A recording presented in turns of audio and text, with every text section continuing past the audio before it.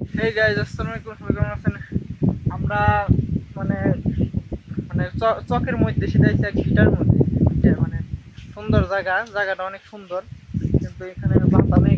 আমার এলাকাটা আছে না, মানে অনুযায়ী ই লাগে, তো এক ধরনের বাতাস আর মানে নেই। এখন চিন্তা করতেছি খামু, মানে পেঁপে খামু। কারণ পেঁপে দেখি, এখন পেঁপে চুরি করে তাও দরকার হলে খামু, দেখা যাক।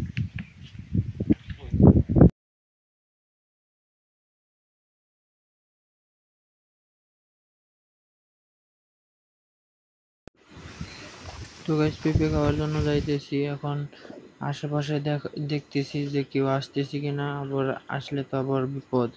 দেখো, পেঁপে গাছ তাদের তো আর অসুবিধা। তো একটা পেঁপে নিতেছি এখন, ভাবতেছি ওখানে ভাবলাম আর কি ছোট পেঁপেকেই নিলাম, বড়টা নিয়ে আর কি করবো। আর পেঁপে ভালো জিনিস, শরীরে উপকার আছে পেঁপের জন্য। পেঁপেতে পুষ্টি আছে।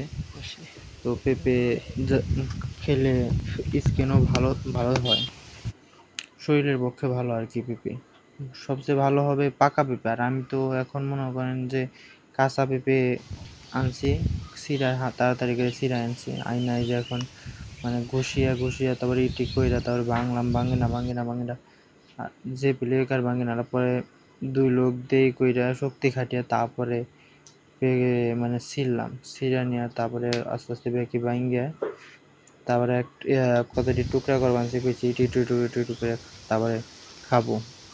তো গাইজ, এখন খাইতেছি, মানে সেই স্বাদ। মজা আছে, খারাপ না, কিন্তু একটু মানে কষের জন্য আর কি হয়ে গেছে।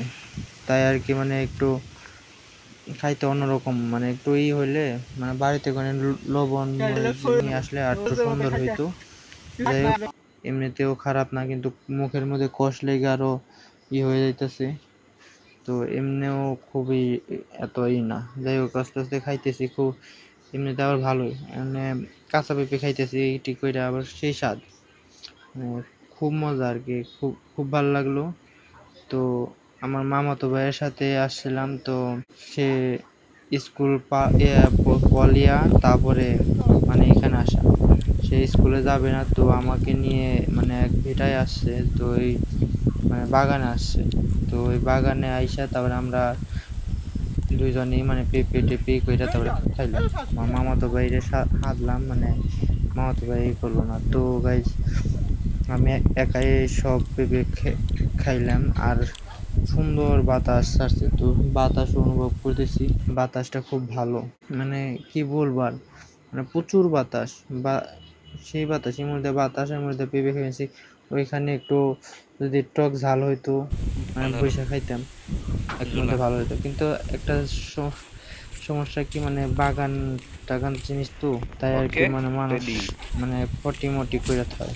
যাই হোক, তো খাওয়ার শেষে এখন হাত ধুইতে গেলাম, যে মানে চকে মানে মধ্যে পানি উঠেছে, তো এখানে পানির মধ্যে তারপরে করলাম, হাত ধুইলাম, হাত ধুইয়া তারপরে ঠিক করে তারপর সব করে, তারপর হাতের মধ্যে মানে পিছলে পিছলে থাইকে যায়, কষ পড়ছে না, তো কষের জন্য মানে পিছলে পিছলে থাইকে যায়। হাত ধোয়া শেষ, তো হাত ধুয়ে আসলাম।